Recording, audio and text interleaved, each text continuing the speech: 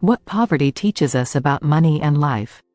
Being born poor is a misfortune that we cannot underestimate, but there are interesting life lessons and benefits that poverty can teach us. John was born into a poor family. He never went to Disneyland or spent expensive vacations in luxurious places. If you find the video you watch useful, we invite you to subscribe to our channel and support us with a donation. Your help is precious to us and will allow us to continue producing quality content for you. You can do it here below, through the appropriate buttons, subscribe, and thanks. Most of the material comforts he desired were out of his reach. This reality applies to a significant portion of the world's population. In the United States, 1 in 10 children has spent their childhood in poverty. Worse still, most of these children do not go to college and end up leading economically disadvantaged lives, just like their parents. However, some people born into poor families use this disadvantaged background to rise rapidly in the world and achieve financial success. There are celebrities who grew up in poor families but are now wealthy, some even billionaires. One example is Oprah Winfrey, who grew up in poverty as a single mother but now has a net worth of over $3 billion.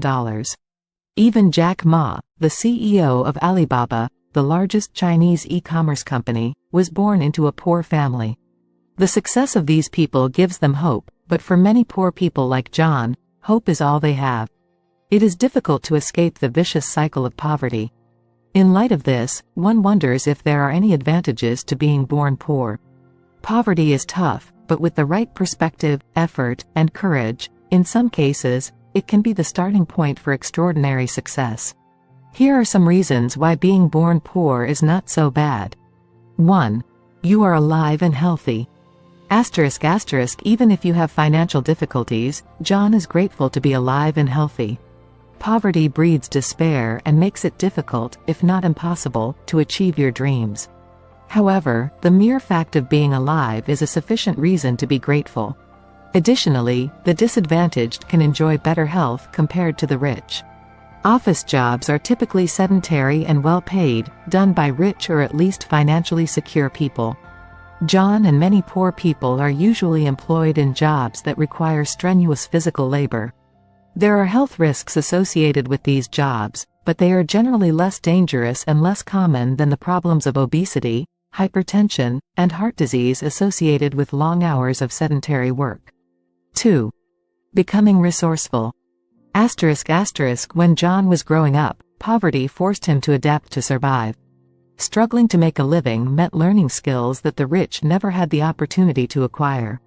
John learned to balance his commitments with multiple jobs, to cook on a limited budget, to make small repairs himself, and, most importantly, to build strong ties with the local community, on which he depended for many things he could not afford on his own. These situations make you resourceful and give you the ability to face adversity. 3. You become resilient.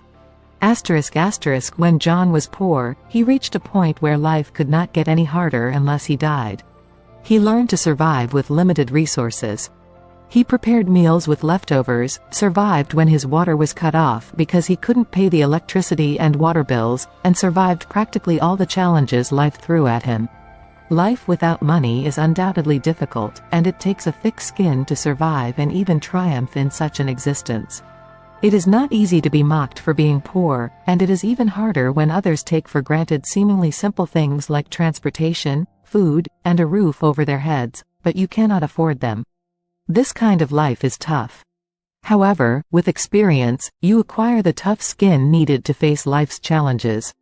When you finally escape poverty and perhaps earn a lot of money, you will not be afraid of losing all your wealth. Because even if it happens, you will be able to live as if you had nothing. It is not a strange place for you. You will be in a better mindset to face it and rise again. 4. Less stress. Poverty brings a lot of despair, but from another perspective, you actually have fewer things to worry about compared to the rich. More money does not necessarily mean more freedom. Rather, it takes away a significant portion of their autonomy. The rich have to worry about multiple taxes, protecting their assets from theft, paying expensive consultants and assistants, paying for college tuition, and, of course, maintaining appearances. As a popular rap verse goes, more money, more problems. Additionally, contrary to popular belief, the rich are often worried about losing their wealth and work long hours to maintain their lifestyle. If they earn their first million or billion, they will want more, sleep only a few hours a night, and engage in a wide range of hobbies. 5. More true friends and unconditional love. For the rich, it is often difficult to discern who their true friends are and who are friends of convenience. But if you are poor, the concept of friends of convenience does not exist. In John's case, friends and acquaintances were there for him even when he could not afford much. They often ran to him when he needed help or reached out to him when he needed company. They genuinely cared for him without ulterior motives. These are the people who can see the true person behind the lack and poverty. The poorer you are, the more likely you are to have true friends who care about the necessities of life and not about money. 6. Access to a lot of assistance. The poor receive a lot of assistance from local communities, religious organizations, and the government. These organizations can provide a range of aid, including cash grants, housing subsidies, and food subsidies.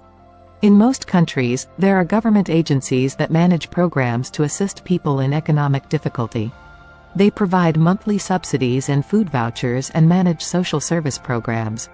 Other benefits include free education, free meals for children, income tax credits, and free medical care.